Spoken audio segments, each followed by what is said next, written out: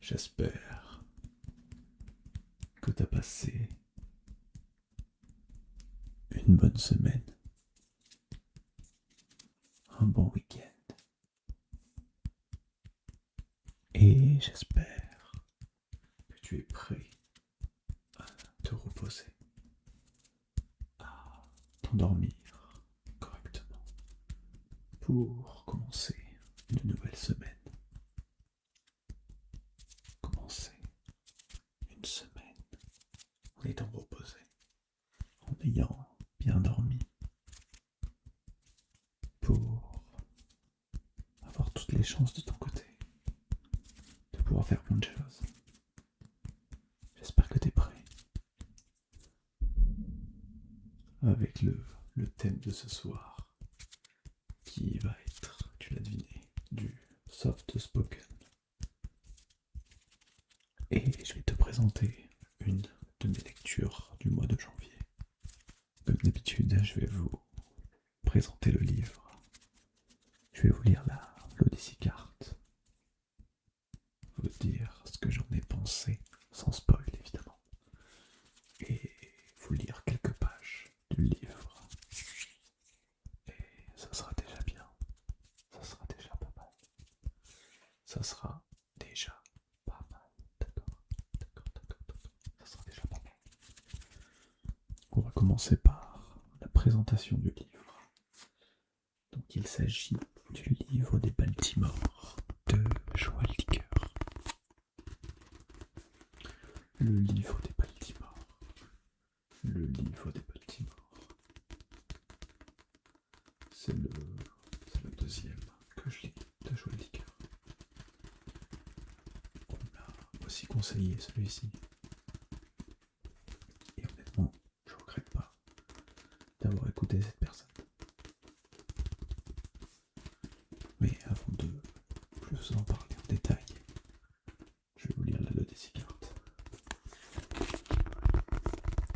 Je vais vous lire la L'Odyssey Card.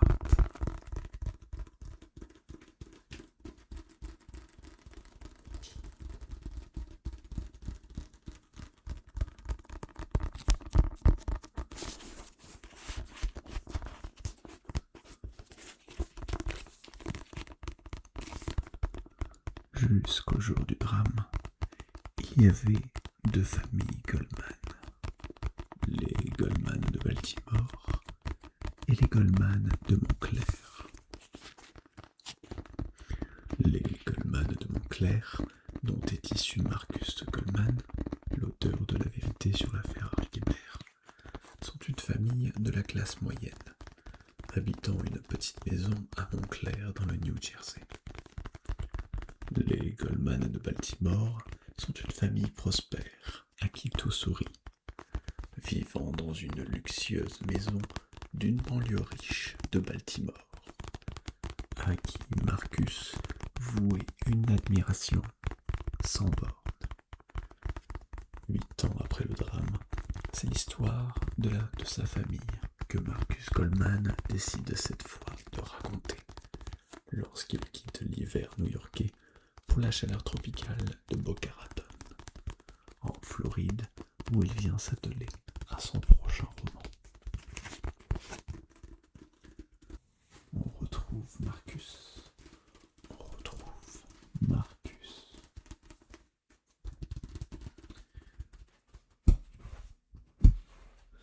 D'ailleurs, la dernière fois que j'ai parlé de Joël Dicker, j'ai dit que son livre était super bien traduit. En fait, il est suisse. Du coup, niveau traduction, il n'a pas tant que ça, quoi. Mais du coup, il écrit très bien.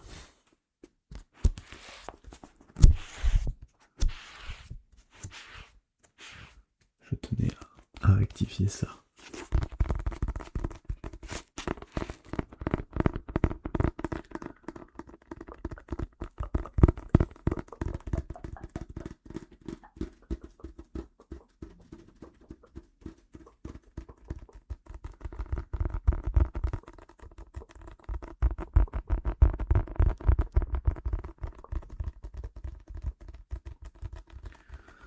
Je vais vous dire ce que j'en ai pensé. J'ai vraiment aimé ce livre. Déjà, ça sort du thème récurrent que je lis d'habitude. Souvent, je vais être sur des enquêtes policières. D'ailleurs, l'affaire Harry Kéber était aussi, en quelque sorte, une enquête policière, un peu moins poussée que certains livres, mais ça restait une enquête policière. Et du coup, là, je me retrouve avec un livre où juste on suit un drame familial.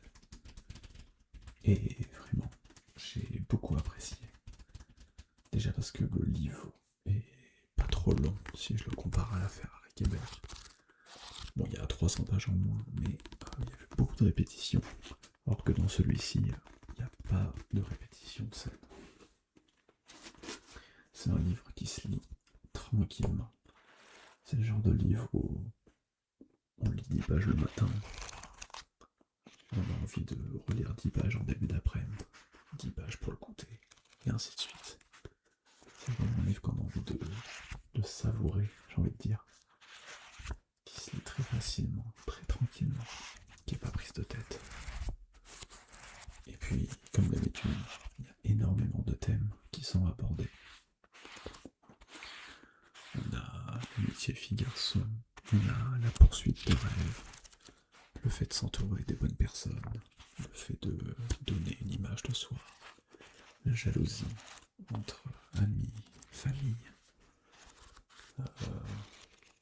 le fait d'être différent et de montrer une personnalité différente en fonction avec qui on est. Il y a quoi encore comme thème? Il y a plein de thèmes. Je les ai pas tous en tête. Il y a vraiment plein de thèmes. Et je pense que c'est ça qui est bien avec ce livre.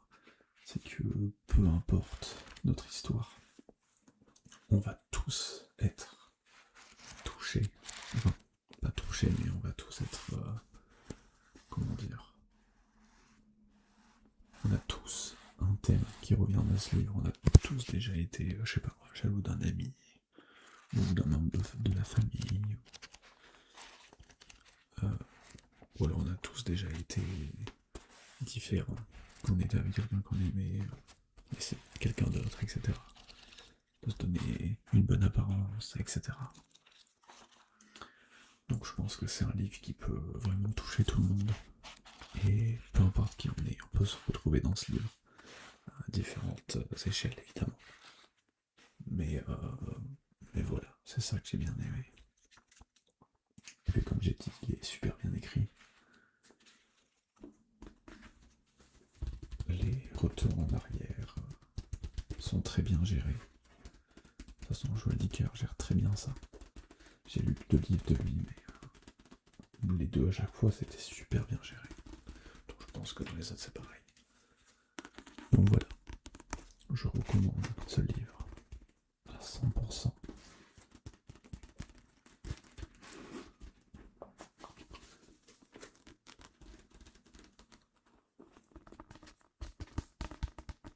Je cherche si j'ai des choses à ajouter. Je suis sûr que j'ai oublié des choses à dire.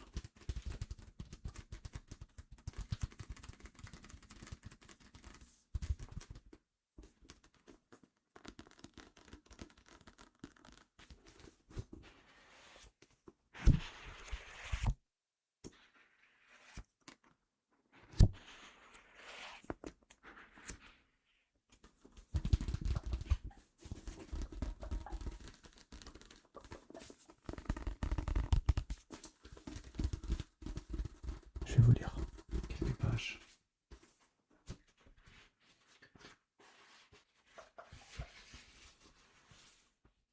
Demain, mon cousin Woody entrera en prison. Il y passera les 5 prochaines années de sa vie. Sur la route qui me mène à l'aéroport de Baltimore à Oak Park, le quartier de son enfance où je vais le rejoindre pour sa dernière journée de liberté. Je l'imagine déjà se présentant devant les grilles de l'imposant pénitencier de Cheshire, dans le Connecticut. Nous passons la journée avec lui, dans la maison de mon oncle Sol, là où nous avons été si heureux. Il y a là Hélène et Alexandra, et ensemble, nous reformons l'espace de quelques heures le quatuor merveilleux que nous avons été. À ce moment-là, je n'ai aucune idée de l'incidence que va avoir cette journée sur nos vies. 2 jours plus tard, je reçois un appel de mon oncle Sol. Marcus, c'est oncle Sol. Bonjour oncle Sol, comment va? Il ne me laisse pas parler. Marcus, écoute-moi bien. J'ai besoin que tu viennes tout de suite à Baltimore, sans me poser de questions. Il s'est produit un événement grave. Il raccroche. Je pense d'abord que la ligne a été coupée, et je le rappelle aussitôt. Il ne répond pas.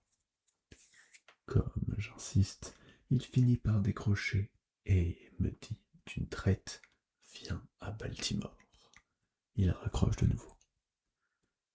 Si vous trouvez ce livre, s'il vous plaît, lisez-le. Je voudrais que quelqu'un connaisse l'histoire de Goldman, des Goldman de Baltimore. Première partie. Le livre de la jeunesse perdue. 1989-1997.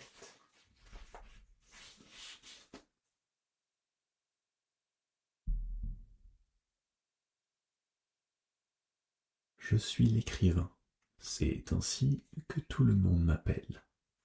Mes amis, mes parents, ma famille. Et même ceux que je ne connais pas, mais qui, eux, me reconnaissent dans un lieu public et me disent « Vous ne seriez pas cet écrivain ?» Je suis l'écrivain. C'est mon identité. Les gens pensent qu'en tant qu'écrivain, votre vie est plutôt paisible. Récemment encore, un de mes amis, se plaignant de la durée de ses trajets quotidiens entre sa maison et son bureau, finit par me dire « Au fond, toi, tu te lèves le matin, tu t'assieds à ton bureau et tu écris. C'est tout. » Je n'avais rien répondu. Certainement trop abattu de réaliser combien, dans l'imaginaire collectif, mon travail consistait à ne rien faire. Les gens pensent que vous n'en fichez pas une. Or, c'est justement quand vous ne faites rien que vous travaillez le plus dur. Écrire un livre, c'est comme ouvrir une colonie de vacances. Votre vie d'ordinaire solitaire et tranquille est soudain chahutée par une multitude de personnages qui arrivent un jour sans crier gare et viennent chambouler votre existence. Il arrive un matin à bord d'un grand bus. Ils arrivent un matin à bord d'un grand bus dont ils descendent bruyamment, tout excités qu'ils ont du rôle qu'ils ont obtenu. Et vous devez faire avec. Vous devez vous en occuper. Vous devez les nourrir, vous devez les loger. Vous êtes responsable de tout, parce que vous êtes l'écrivain. Cette histoire commença au mois de février 2012, lorsque je quittais New York pour aller écrire mon nouveau roman dans la maison que je venais d'acheter à Boca Raton, en Floride. Je l'avais acquise 3 mois plus tôt, avec l'argent de la cession des droits cinématographiques de mon dernier livre. Et hormis quelques rapides allers-retours, pour la meubler durant les mois de décembre et janvier, c'était la première fois que je venais y passer du temps. C'était une maison spacieuse, tout en baies vitrées, qui faisait face à un lac apprécié des promeneurs. Elle était située dans un quartier très paisible et verdoyant, essentiellement peuplé de retraités aisés parmi lesquels je détonnais. J'avais la moitié de leur âge, mais si j'avais choisi cet endroit, c'était justement pour sa quiétude absolue. C'était le lieu qu'il me fallait pour écrire. Contrairement à mes précédents séjours qui avaient été très brefs, j'avais cette fois-ci beaucoup de temps devant moi et je me rendis en Floride en voiture. Les 1200 miles de voyage ne m'effrayaient nullement.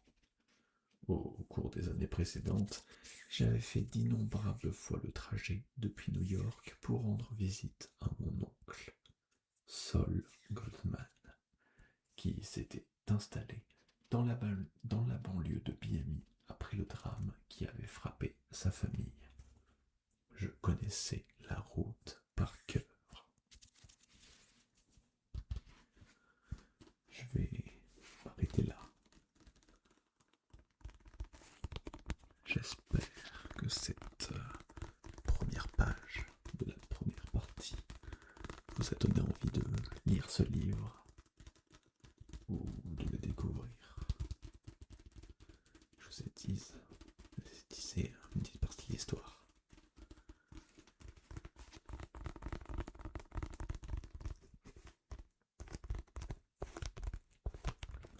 Je vais vous laisser avec des bruits tranquilles, sans parole. Et moi je vous dis à la prochaine pour une nouvelle vidéo avec un nouveau thème. Enfin, avec un autre thème.